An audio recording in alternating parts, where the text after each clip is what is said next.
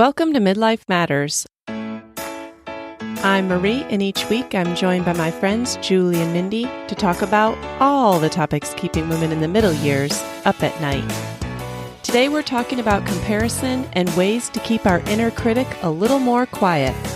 Join us as we discuss the importance of comparing ourselves to who we were yesterday and not to who someone else is today. Let's get started. Listeners, today we're going to start a series based on the best-selling book 12 Rules for Life, An Antidote to Chaos by Jordan Peterson. And you know, this kind of book really sucks me in because you guys, I'm always looking for an antidote to chaos. Are you? Yeah, making order out of our mess. Yes. And that would not be me, because that sounds like a self-help book. Well, it is totally a self-help book. It is. This is like the self-help book of self-help books. But I don't know. Still, anything that promises to bring order out of chaos is always intriguing to me. But this book attempts to answer the question, what does everyone in the modern world need to know? Which that's a really big question. Peterson examines the art of finding fulfillment in life with humor, insight, scientific knowledge, and ancient truths. And I will admit that I am not finding this book an easy read, but I do think that he offers interesting advice, and that's what we're going to discuss here on Midlife Matters. You don't need to have read the book to enjoy this discussion, so no worries there. And in fact, Mindy has not read any of the book, and she is participating in the discussion. So there you go. That's 100% true, and that is a scientific fact. Yes. So the first rule of his 12, and we're not even going to go in order, but the first rule that we decided to discuss is compare yourself to who you were yesterday, not to who someone else is today. That sounds really good when I say it, and then also I say, huh? What was that again? I'm supposed to compare myself to who I was yesterday, not to who someone else is today. And that really makes a lot of sense, and yet we don't do it. Julie and Mindy, what did you think about this at first glance?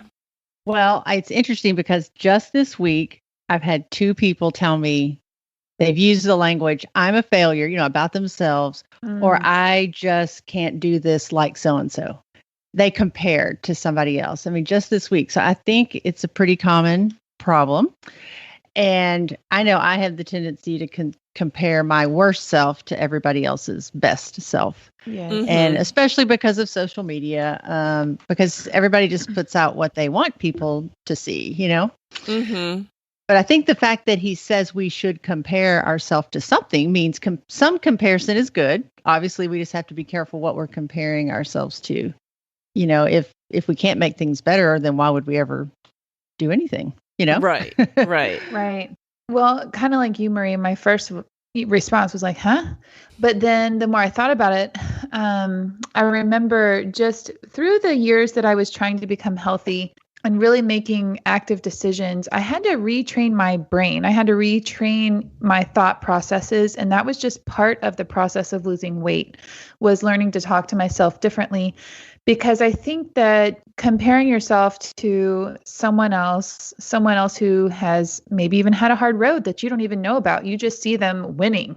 Mm-hmm. They're just winning at everything. And you're like, how do they do that? Well, they didn't start there. And so I think that it's really great when our podcast and other podcasts kind of delve into people's stories of how they got to the winning point, because I think it's good to hear the story, the triumphs out of the difficult years. Nobody starts winning, and winning can be described in so many different ways and arenas. And there's different seasons in your life where you want to win at being a good housekeeper. Well, maybe you're at work and you want to win at being a great doctor. Maybe you want to win at being the best mom. But I mean, the things that you want to win at change all the time. And so it's really hard to always have one set standard for absolutely everything. So coming back to yourself and just look, like you said, looking at yourself as of yesterday or years past, looking at where you've come from and just reminding yourself you're on a journey too. So it's hard though.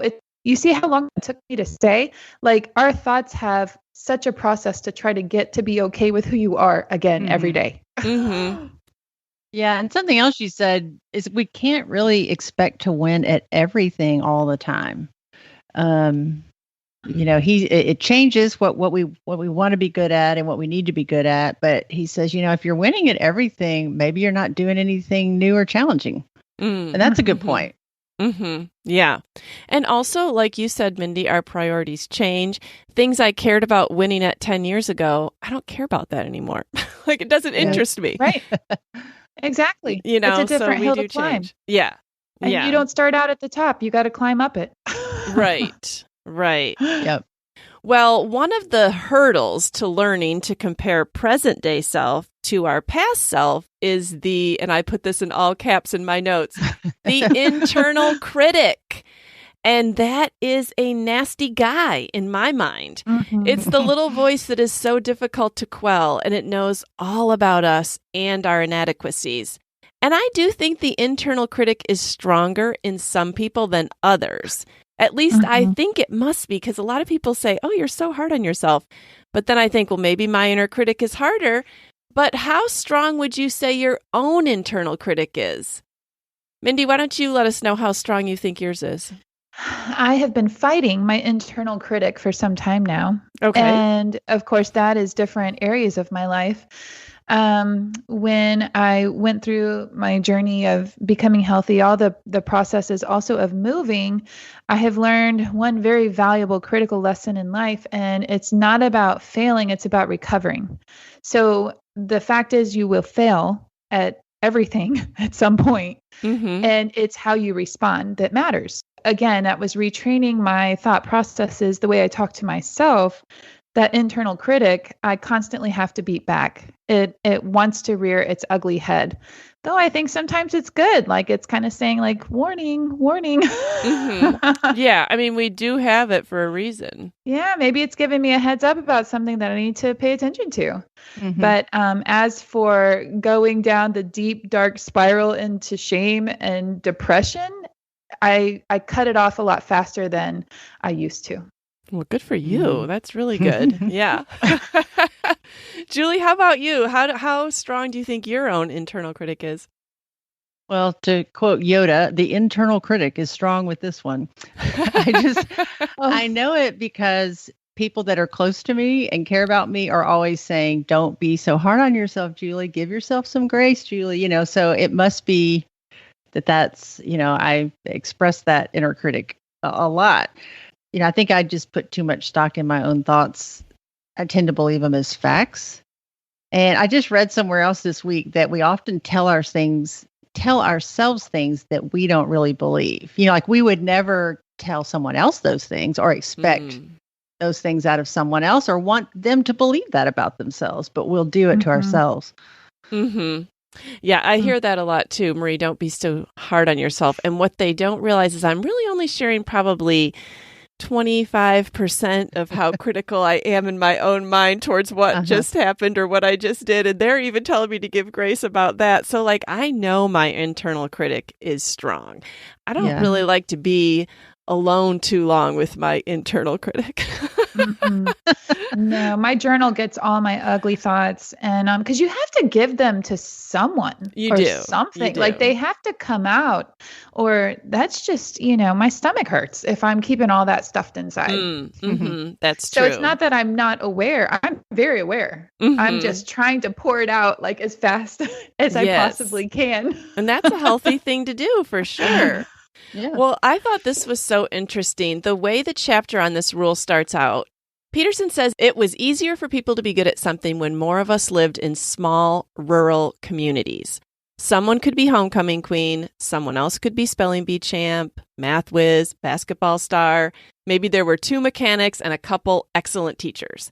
And in each of their domains, these local heroes had the opportunity to enjoy all that comes along with kind of being the victor and good at something and all those good feelings. And now with so many people living in cities and larger areas, no matter how good you are at something or how you rank your accomplishments, there's always someone out there who makes you look incompetent. And in the world of social media, you don't even have to know these other, in quotes, better people personally. You can just see them online and be like, oh, well, I'm never going to be as good as that person, so I'm not even good at this. But did you guys experience this? Like, I grew up in a small town, but I think even if you didn't grow up in a small town, if you grew up maybe before the age of social media, you have experienced the fact that you could be good at something and not know there were so many other people that were better. Well, this made me laugh thinking about living here in Nashville. Like everybody comes here as a musician and maybe from their small town, they are great. And then they get here and everybody's great. And like, I even kind of experienced that. Like I told you, I grew up playing piano for 12 years. I had my senior recital. I played the flute in our band, in our orchestra and community theater. And then when I came here, it was like, oh, I stink. I'm not going to play in front of anybody. Like I just have to enjoy it in the privacy of my own home now because I don't feel like I compare. Like I just, there's too many good musicians here. So it's true.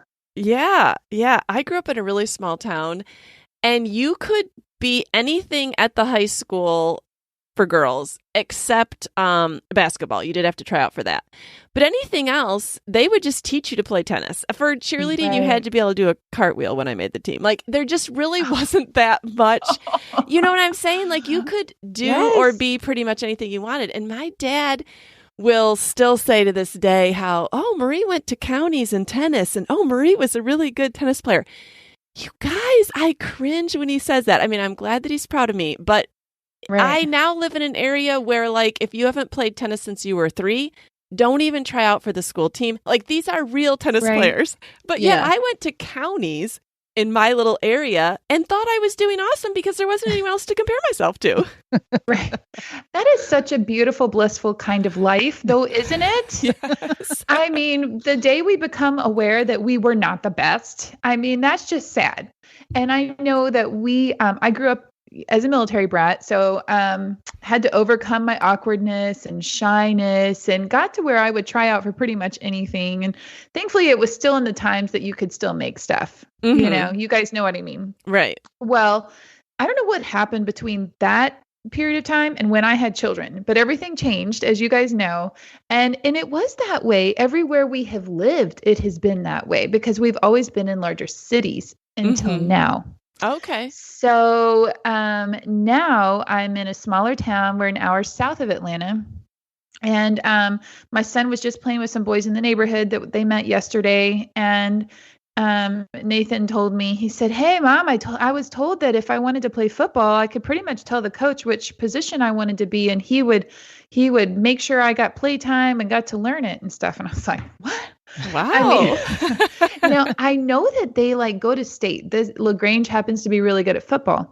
Well, that just surprised me though. And I'm thinking, how does this work? Because I'm still kind of waiting to find out. But you guys, with all the things that Abby and Grant went through, I literally prayed and prayed and prayed that there would be a spot for Jacob and Nathan somewhere in LaGrange because every time you're new, like there's no spots. So I have really prayed for that. So I'll keep you posted on that whole football business, but the jury's out.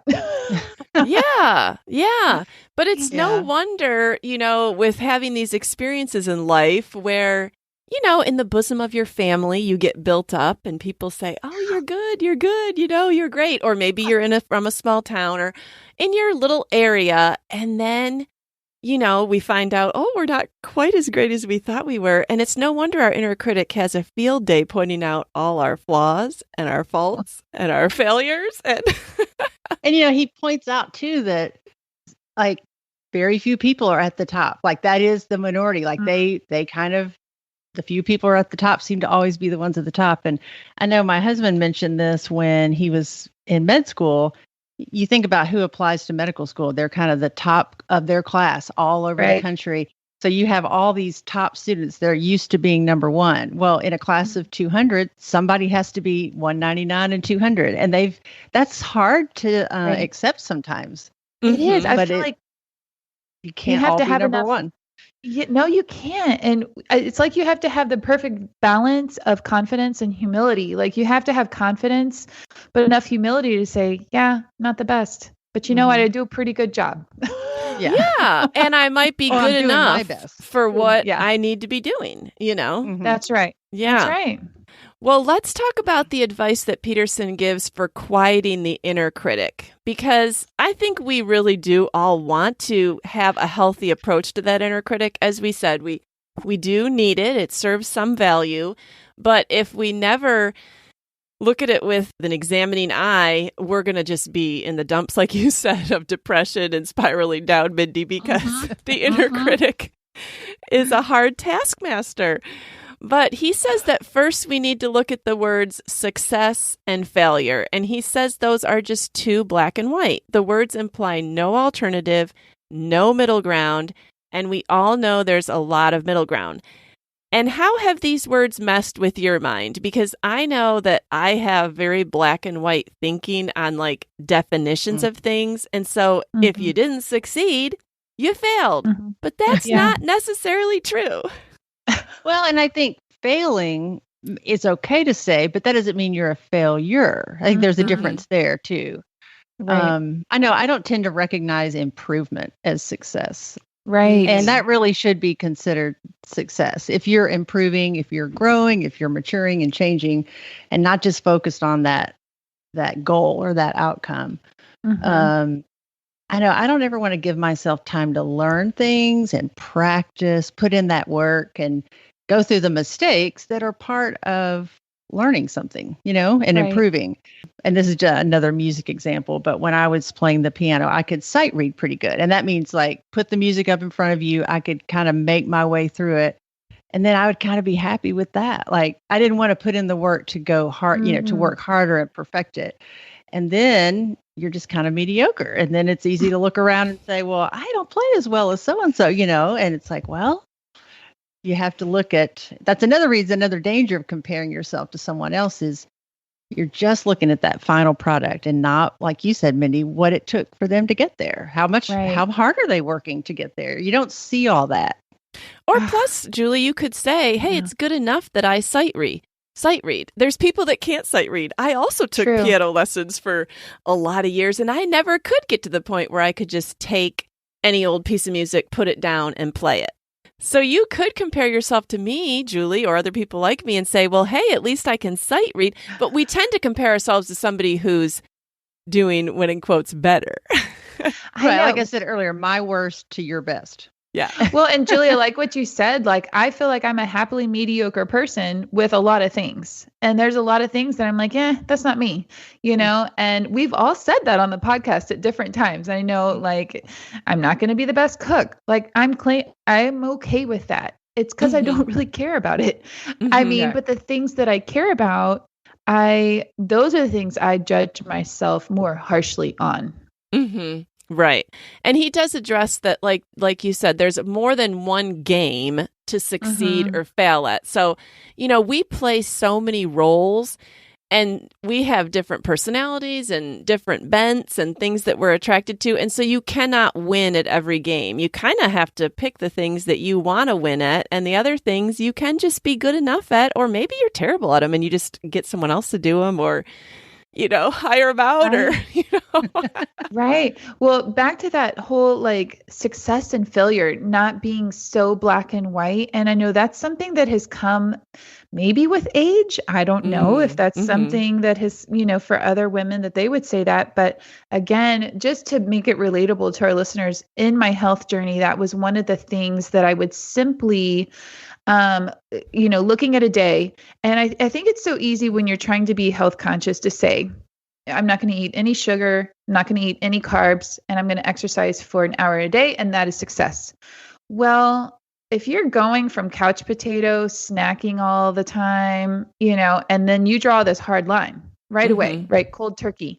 Well, so say you're having chocolate cravings at 2:30 in the afternoon and you grab a Snickers bar. Well, you could feel like a total failure, right? But maybe you did exercise. Maybe you exercised for 45 minutes and maybe you only had one piece of bread instead of, like 2 sandwiches. And this is sounding silly, but I'm saying if you were to compare yourself that day, you could say, you know what? Pat yourself on the back. I only had one Snickers bar. I wasn't snacking all day long. And hey, way to go. You put in 45 minutes of workout, whereas you weren't doing anything yesterday. So that's looking at yourself and celebrating those milestones, because I definitely learned that the more I focused my attention on the things I was doing well, or the things that were better than yesterday, more led me to success the following day.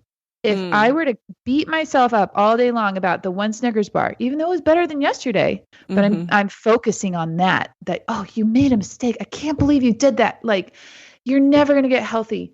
Well, guess what? The next day, you're not going to be feeling so good about yourself. So again, just those little monumental mind changes, focus changes on what you talk to yourself about. Yeah. And he says in the book, don't be a bully or a tyrant. Nobody wants to work for a bully or a tyrant. So you shouldn't be that way with yourself. It's not rewarding. It's not going to work. So mean to ourselves. We would never talk to other people like we talk to ourselves. No. Or at least I hope not. Right. Yeah. I really liked what he said about there's so many games to play. And I can get caught up in, okay, maybe you picked a game, like a career, and you get into it and you don't love it that much. And then you look around at other careers and you think, oh, maybe that other game would have been a good one, or maybe that's a better game, or maybe I think as a society, we perceive certain professions as the best game, like doctor, lawyer, like those are like the best games. And then we forget about that everybody has different talents and bents, and the other things that people grow up to do, teacher, plumber, carpenter, actor, whatever, right. Mom, stay-at-home mom, those are all good games too. Like, there's a lot of different good games in life, and it's easy to look around and say, oh, well, I don't know. It's easy to look around at other people's games and them playing it and not think about how you're doing a good job in your own. Yeah, and we need them all, Right. Yes. We really do. And again, I think we look at the good part. We see the good parts of their game, and they all have their ups and downs. They do. Just like ours. I was just thinking about really struggling with being a stay-at-home mom, especially living in Atlanta when all 4 kids were little. And I thought, man, like, I don't compare to anybody when I go to work functions with Bryce. It was really hard to go meet people and say, they're like, I'm Dr. This and I run this and I'm the CEO of this. And you're like, what do you do, Mindy? I'm like, oh, yeah, I stay at home. Yeah. But it was hard to grow out of that, like to get okay with that. And then to really be happy with it, very content with it. Not that I need an award. I just needed to be content. Right. Well, you feel like other people are saying, that's not a valuable game. I wouldn't want to be in that game. I'm glad I'm not in that game. Whatever. Right. And they're like, so how many kids do you have? 4. Oh, okay. Oh, look who's over there. Let me go talk to them. Well, I can say I was very, very content in that game. Yes. Going to work parties with John, I just always felt like that didn't measure up, because some of the wives were doctors, some of the partners were the doctors, and it just, I don't know, I just felt like nobody was ever interested in hearing about that game. It's true. They kind of looked at you like, you poor soul. Right. Well, we're not only playing one game. That's the good thing, is also in this book, it brings out that we don't just have one game. Our game is not just what we do for a living. Like, we also have other roles. We have family, we have friends, we have creative endeavors. And we're going to be great at some, and we're going to need improvement at some. And how does this play out in your life? Like, are there areas that you guys are great at and other areas where you just consistently miss the mark? Who wants to share first? And I love how he said it's okay to compare yourself among your games. Like, well, I might not be, I might be a terrible cook, but I'm okay at gardening, but I'm great at my job. It's okay to maybe admit that you're not so good at something, as long as you're realizing you are good at something else. I think that's the balance there. I feel like I have half the kids in my home, and I don't feel like I'm as good of a mom. I'm I'm like, oh yeah, dinner. I think there's leftovers in there. Right. Yeah. And like, and again, they're old enough that they can grab something, these boys. It's not that they don't know where the fridge is or how to cook some stuff, but yeah, it probably need to up my game on just taking care of the home with our transition and our move and stuff. And I'm letting myself off the hook because it's not been a priority. There's so many transition elements that are happening that it's gone by the wayside. So maybe one day I'll be back to that, but not right now. I have really, though, tried to make an investment in relationships. Now that is having good family relationships as well as new friendships and cultivating old friendships. And so I do see it as extremely valuable for me to make sure that I spend time texting, and I do get on social media because I am worlds away from a lot of the people that I love. And so I do try to keep up with their lives and then talk to them personally about those things that I see happening. As well as like on Sunday, where Bryce and I had a huge list of things that we wanted to get done around our house. And we met this sweet, sweet couple at church and we invited them to lunch instead. And so to me, that's winning right now. Like, that's kind of the game that I'm trying to say, okay, well, that's good. Like we're investing in people. And, some of the normal house projects and cooking has gone by the wayside. I feel like I'm really missing the mark on meal prep, cooking, grocery shopping, but I also feel like I have a reason. So I give myself a little grace there. I'm just not as interested in it. That's not a priority now. So everybody's old enough to take care of themselves. And I also am really missing the mark on showing up to places that I'm supposed to be and on time and on the right day. Like appointments? Yes. I missed 2 haircuts. One time I showed up and she said, "Oh, there's already somebody here. Why are you here?" And then I had it in my mind I was supposed to be there today, and it was last Wednesday. And she said, "Where are you?" Julie? And I hate that. I just hate that. Julie. But I think she understood. But I don't know, that I can beat myself up on that because that has been happening a lot lately. And I just hate to keep making the same mistake over and over again.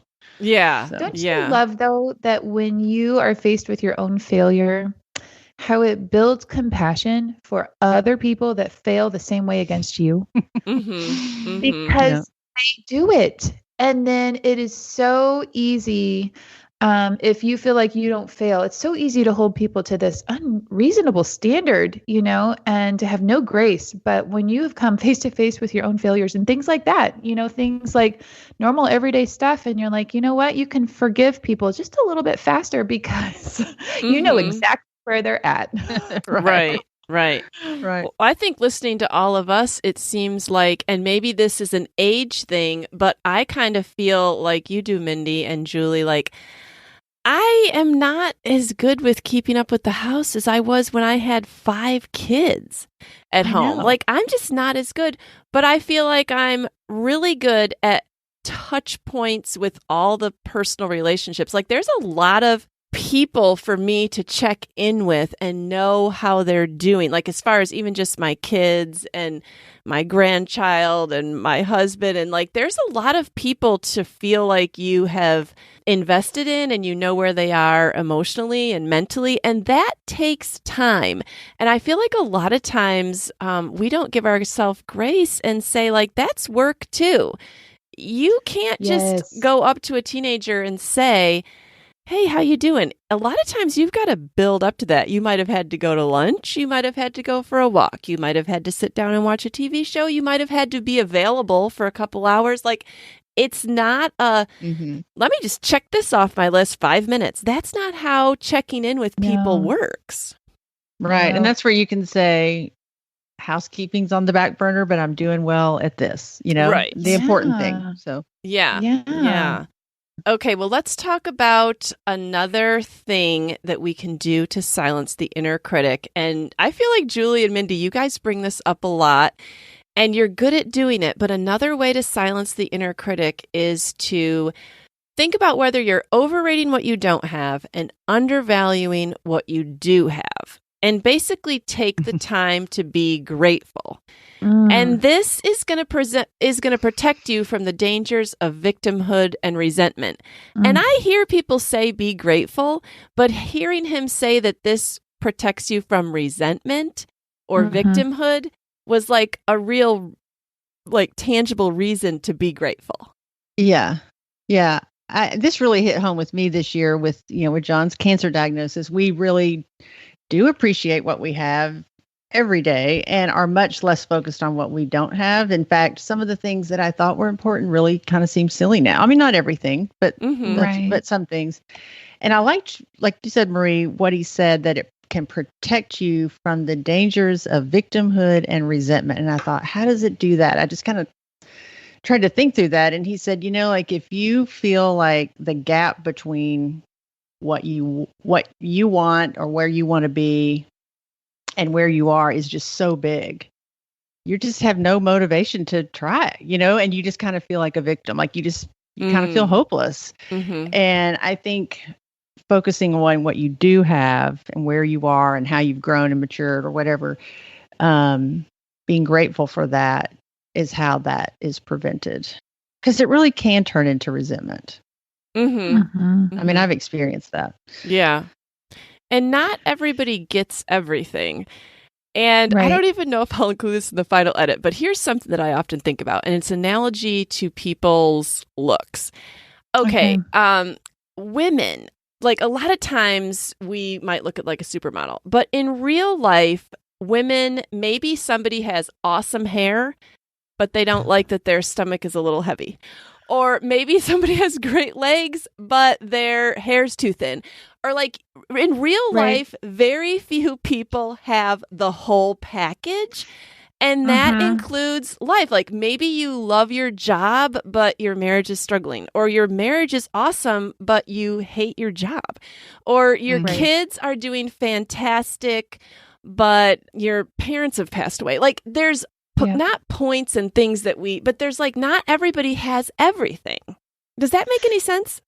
You are so right. And Marie, this is so funny to your aging or to your women thing, because I've had to tell myself not everybody is going to age like J-Lo, because I see that woman and I'm like, she's in her 50s. How in the world? Anyways, that was a side note. But otherwise, no, I totally understand, and it hits home what you're saying, because I feel like when you see somebody winning, if you're able to get below the surface, you're able to find out maybe if they have a struggle point or if they have something that's been hard in their life, and then you think, oh, wow, like I used to think I wanted to be like them, but now I'm so thankful for my journey, for my story. And, Bryce and I, there are things that we would love to change, or we would have wanted to be different about our past, but now maybe it's age, maybe it's, maturity, I don't know what it is, but, to be able to look back and say, Lord, the Lord had this for us. Like the Lord sent us on this journey, and maybe we haven't, lived in the same place for a really long time and have really long friendships, but wow, look at what the Lord did. Like, look at who he took us to and look at what he's given us. And so it is, I think would rather live my story than somebody else's. Yeah. And Julie, you were just reading a book in our book episode. You were reading a book where the girl is looking at all these other choices that she could have had, but she picks up her own at the end. Yeah. And I just was thinking, my trainer, she gives little gifts every year to all her clients. And this year it was a bracelet, and it said, I thank God for my body, flaws and all. And I thought that's so interesting. Here she is working with 25 women to get their bodies in shape and stronger. So she hears what everybody's saying about their bodies. I kind of jokingly, I looked at her and said, "What's your flaw?" Because I can't see any. Julie, that's awesome. Did she have an answer? She does, but I still can't see it. Where is it? Like, you are not telling me the truth. Yeah, but I don't know. Try to remember that, listeners, next time that you are trying to silence your inner critic, is just that. Are you overrating what you don't have and undervaluing what you do, and really taking stock and being grateful can protect you from those resentments. Mm-hmm. That was really good. So in order to compare ourselves to ourselves, which is what we're supposed to be doing, we need to know who we are. Julie, what did you get out of his chapter? Like, how do we find out who we are, and how do we compare ourselves to ourselves? Well, I love his analogy. He used the example of when you're buying a new home, you hire a home inspector because you want to know what's broken, because you don't know what needs to be fixed until you know what's broken. So in this way, comparison and our inner critic can be helpful. But we have to work with our inner critic. We have to cooperate with it and learn to listen to it appropriately. And one of the things he said is, your inner critic's going to bring up ideas of things that need to be fixed. So ask yourself, okay, what's bothering me? And then ask, what could I do to fix it? And then next, what would I be willing to do to fix it? And that was the part I thought was interesting. Like for me, I'm starting to be a little anxious about my future, like financially, my purpose in life, what my work should be, like how I'm going to spend my time. What could I do? I could go get a job. I could be a pharmacist. Mm-hmm. Am I willing to do that right now? I'm not right now. Mm-hmm. So he said, lower your aim. If you have to say no to one of those questions, lower your aim. Okay. And I thought, okay, I could get my resume ready, because that really overwhelmed me. That just really stumped me the last time I thought about working. And I thought, I don't even have a resume. I don't even know how to do that. And I just got very fearful and shut it down. And I thought, I think it would really help me if I would just do that and then just let it sit there. It would just be one step in the right direction that would ease my mind. And so that's something I am willing to do. And, he said that you should negotiate with yourself. And I love that he gives you permission to talk to yourself. Like, for example, if I'm anxious about that, I could say, well, excuse me, Julie, I'm trying to help you alleviate some of this anxiety. What are you willing to do to help? Like, come on, you got to do something. So kind of go back and forth like you would another person. Mm-hmm. Have you guys ever gone back and forth with your husband on something like this? No. It's like when men get involved, Julie, it would be like, oh, I found 3 pharmacy jobs on the computer for you today. Yeah. Here, why don't you apply by 5 o'clock? Yeah, and Julie, just do it. Don't be afraid. You could quit, or it doesn't matter. You could just try it. I'm sure it'll be fine. I think we're always going to be a more kind negotiator than working with a man, just because men are so like, here's the problem, fix it. Let's fix it. Yeah. I think Bryce asked me a question the other day of something. He said, he was like, hey, Mindy, like, cause he knows I love to decorate after we move in. All the pictures and decor items are around my dining room right now on the floor. Right. And I have not hung anything but one mirror. So he's like, Mindy, you have some good stuff in here. Are you going to hang it up? And I was like, so I go into my answer, which is like 10 minutes long, because I'm explaining that I have to be in a creative mind and space. And I've had no creativity and no space since we moved in. And he was like, oh, never mind. I was like, oh no, you're getting the answer. You asked the question, you're going to listen to the whole answer. And he started laughing. He's like, never mind. He didn't know what Pandora's box he was opening. He had no idea what he was bringing up there. Yeah, but I do like that, Julie. I like that sometimes we are overwhelmed by what it would take to maybe fix the problem and just doing the resume. And you don't even know if being the pharmacist is what you want to do. No. Like, it might not even be the purpose that you're looking for, but it is one small thing, getting the resume ready, that in case you decide that is the path you want to take, at least you have something prepared, and it gives you a sense of, well, I am doing something. Right. I think you have to, and that's one of those, again, going back to, okay, there's some incremental growth. There was a little bit of success there. I'm not a total failure here. And like another example is now that I'm paying the bills. Okay, y'all, I hate it. I don't ever want to do it. They pile up. There's just something overwhelming to me about it, and I just want to avoid it. So another example could be, okay, what could I do to alleviate the stress? I could sit down and pay all the bills. But what am I willing to do? Well, I'm willing to work for 30 minutes, or I'm willing to pay 5 bills. You just have to look at it in small parts. And one of the things he said too was to think of a reward that you might want. And he said, if you pay the 5 bills, then go get your cup of coffee or watch a TV show. And he said, don't skip out on the reward. Like what I would tend to do is, oh, now I'm going to go clean the bathroom. Now I'm going to go cut the yard and then do all this. And he said, you're kind of being a tyrant to yourself. And I thought that was really a good point, was to not skip the reward part, because you need to build trust with yourself. For negotiating, there's got to be some trust. It's true. You need to be a good boss. And I always feel guilty about taking the reward, because there's some people that never take the reward. And so then you think, well, what am I? Like, why do I need a reward? But I mean, Marie, do we know that? Or do we know what? Imagining? Do we know they don't take the reward? Well, they don't say they take the reward. It seems like they never stop long enough to even take the reward, whereas I'm willing to take the reward. Yes. Well, and that's where comparison, you just, maybe they're suffering in another way. Yeah. I'll say the reward could be, I know for me, is if I get my house cleaning done and I have a huge list of things to do, I'm going to sit on my back porch for 5 to 10 minutes. And that's a reward, to sit down and do nothing. Well, what about an hour or two, Mindy? That would be my reward. Well, that's at night, Marie. I'm talking about in the middle of the day, like in the middle. At night, all bets are off past 7 p.m. Okay. Yeah, but no, I do like what he said about kindness and reward. They are powerful motivators. And a lot of times we think like meanness is going to be or shame is going to be a motivator. And actually kindness and reward is what he's saying is going to motivate. Yeah, we know that doesn't work from other people. So why would we think it would work in our own mind? Right, right. And as we've said before, like we're often much more kind.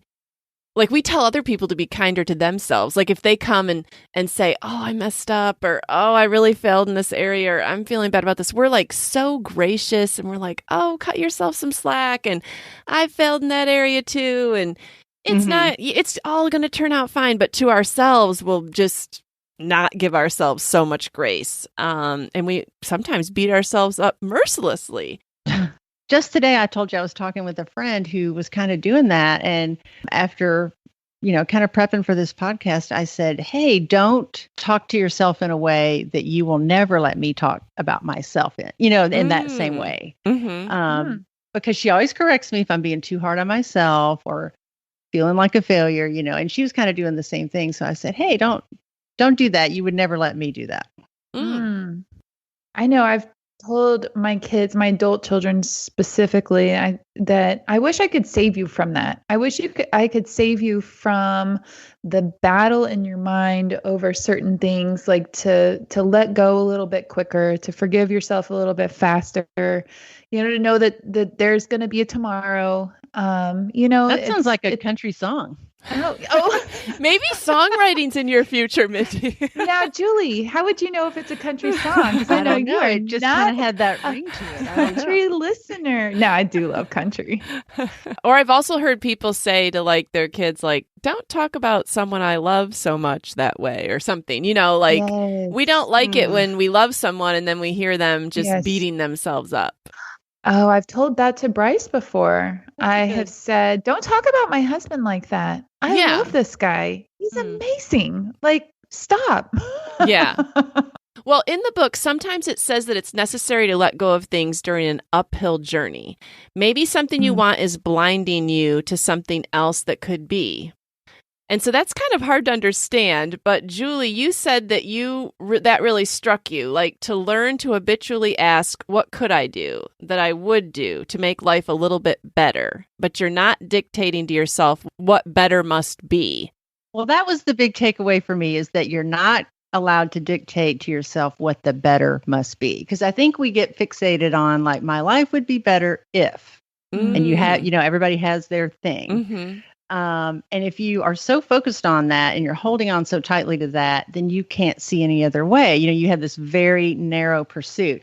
And I love that he tells stories, and he told a story about, it was actually like a scientific study where he showed this video of these two groups of people. I think they were throwing a ball to each other, and they told the participants to watch the video and count how many times they threw the ball. Mm-hmm. Well, at the end of the video, everybody got it right. Like they said, oh, 15 times. And they're like, you're right.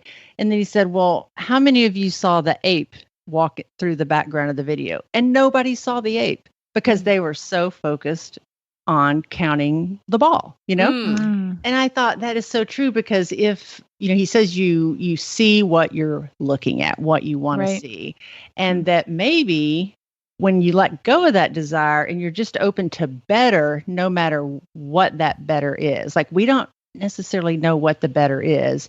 And he actually says that your mind will start to present you with new information that might have been hidden before. Like the ape in the video was hidden from, like they didn't even see it. Mm-hmm. And he said things could come up that you become aware of when you take your mind and your vision off that one thing. So that just really impacted me because I do have a lot of things that I think are dependent, like that my happiness is dependent upon. Mm-hmm. And maybe there's other things right here and now that I just can't see. Mm-hmm. And they don't have to be the way that I think they should be. Mm-hmm. Better could be whatever. And, and that's kind of goes back. I don't know that Jordan Peterson is a believer. He does research scripture. And I mean, there's lots of scripture, but that kind of goes back to the God giving us the desires of our heart, him putting in those desires for us. So See, this is very much a biblical principle for me because it is something that I think anytime you read a history book or you read different firsthand accounts of historical events, then you see how someone can tell you a story from their perspective, and it could be completely different than someone who is at the same time, same place in a different place or have a different perspective. And so this is something that to me is a biblical pursuit in that I know in my life every day, all the little things that happen, I can look at it multiple ways.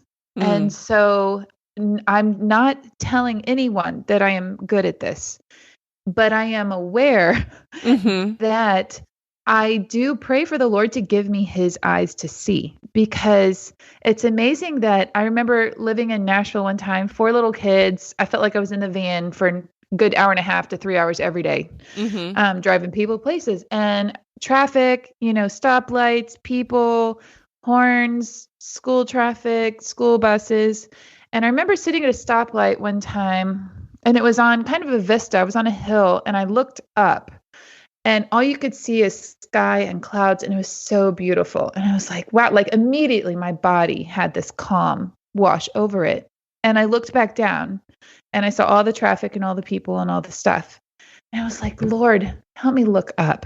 Help me get my eyes off of just the straight and narrow look. I'm looking straight ahead or down. Help me just look up and not worry so much about the other people, and not worry so much about all the busyness and the things. And so when I am aware, when I am intentional, I really do try to tell myself, look up and stop looking out so much.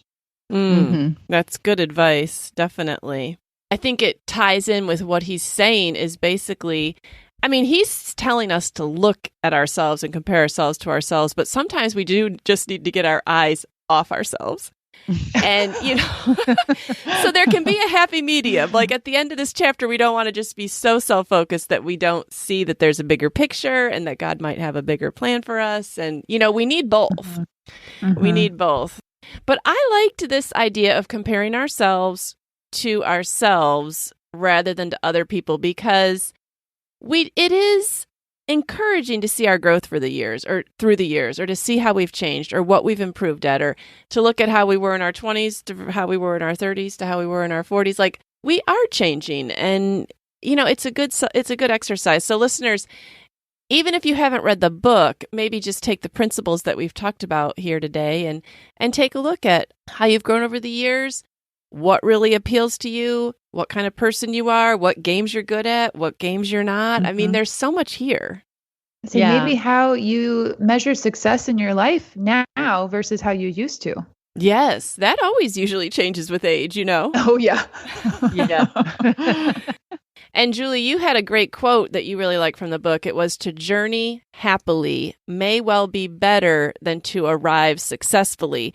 And I like that because it can be so tempting to try to put, even at the end of someone's life, like, was it successful?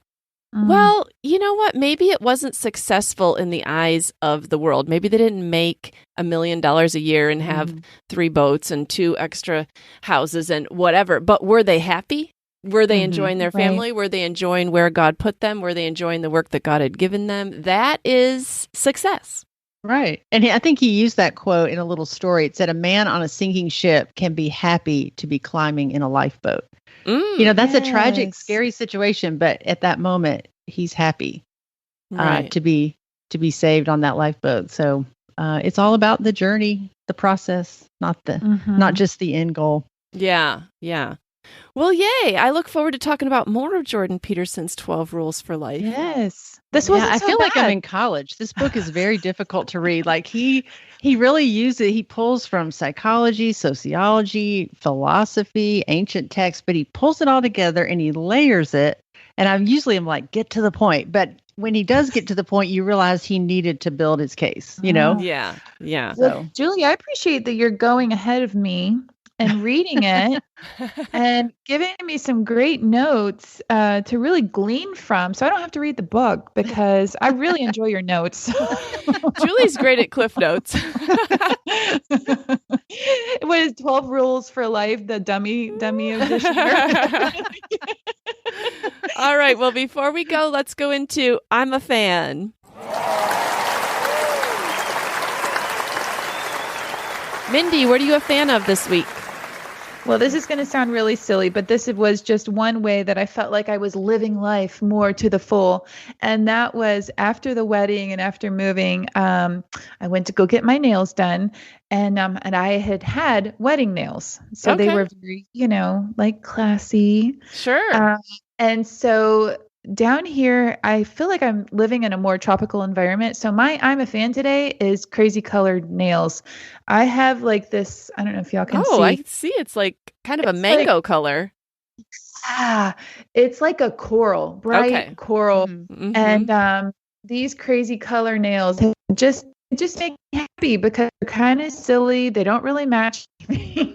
Yeah, but when you look down at your hands, they're like a bright and fun thing to look at. I showed the boys my hands. I'm like, Mom's on vacation. Yeah. It's vacation, Mom. I like it. Mom. Yeah. This is like the work of the wedding was done. We moved and I'm having fun with my nails. So it's really just I encourage you to step out in some small way and live life. Yes. All right. Well, maybe we can post a picture of your pretty nails so people can really get the full effect of the color. All right, Julie, what are you a fan of this week? Well, this is about as far from Mindy's I'm a fan as you could possibly get as far as excitement level. Okay. It's not that exciting, but I'm really enjoying it.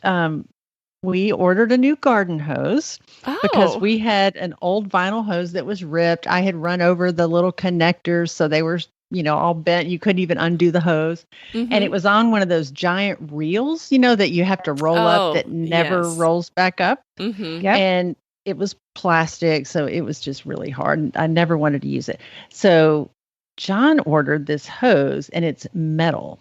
It's steel. I've never seen it. It's called it's a bionic steel 100-foot garden hose. It's stainless steel, and it is indestructible. I think you can even run over it. Pets can't destroy it. Wow. And it's really cool, and it's very lightweight. It sounds like it would be heavy. And then we have a little steel hanger that goes on the brick and you just loop it over it. So you don't have to wind it up. It's awesome. Awesome. I'm going to definitely put a link to that in the show notes because I know that a lot of times this time of year you get out your old hose and like maybe it's squirting out in different directions because it's kind of cracked over the winter or it's a pain. It doesn't want to unroll. Yes. Yeah. So this is great. I love the way it hangs on the wall and goes back on there and it looks cool too. So good. That's actually very exciting, Julie. I really like that. You'll have to let me know. Does it heat up like in the sun? Does it get really hot? I don't think so. Okay. It doesn't feel like it so far, but it sounds amazing. Bionic steel, and it's like malleable enough to. Yeah. put on it's the way the little, like, it's like little steel rings, so it's real flexible too. It's not just one solid piece. It's like, it's flexible. Ah. Well, I'm a fan this week of something that you're going to love in the summer, and I found them at Aldi, but I'm sure they are other places. So you know those Icees like in gas stations, Icee, like those slushy things, and you know, the wild cherry flavor is so yummy. Well, they sell them in cups. Like kind of like the Italian ice cups you can buy at the grocery store, but they also do the red Icee cups, which are so much better than Italian ice because the red Icee is just so sweet and summery, and it's the brand name, so it really tastes like those machines. And I have been having those for dessert every day, and they're so good. They feel like summer. Lots of times I'll have 2. Yeah. And they're pretty cheap. They're like 4 for like $1.25, so they're not real expensive. Oh, wow. But anyways, right now they have them at Aldi. Now, you know, Aldi finds they can disappear pretty quickly, but I am sure places like Kroger and Publix also sell them. So if you're just looking for something different, you know, grab some of those Icee cups. Julie, I feel like John would love those. I was just getting ready to say he loves cold, icy things. That just seems to soothe his stomach and his throat, and so I will have to try that. Yes, how fun! I love it. All of ours together, they go together. Yes, they're very summery. All right, you guys. Well, listeners, come and find us on Instagram this week on Midlife Matters. You can see pictures of Mindy's nails. We can post a picture of Julie's hose. Maybe I'll post a picture of my Icee, but maybe we'll also have a discussion about comparing ourselves to ourselves, because I do think that's so valuable. Thank you guys for sharing and just making us all feel better. Yes. Let's be nice to ourselves. Absolutely. It was so fun. Thanks, girls. All right. We'll talk to you next week. All right. Bye. We're so happy you joined us today. You can find the show notes for this episode at midlifematterspodcast.com. Also, please tell a friend about the show and help them hit the free subscribe button on their favorite podcast app. Be sure to follow us on Instagram at Midlife Matters Podcast. That's where we post pictures and stories about all the things we talk about in each episode. Thanks for listening, and we'll see you next week.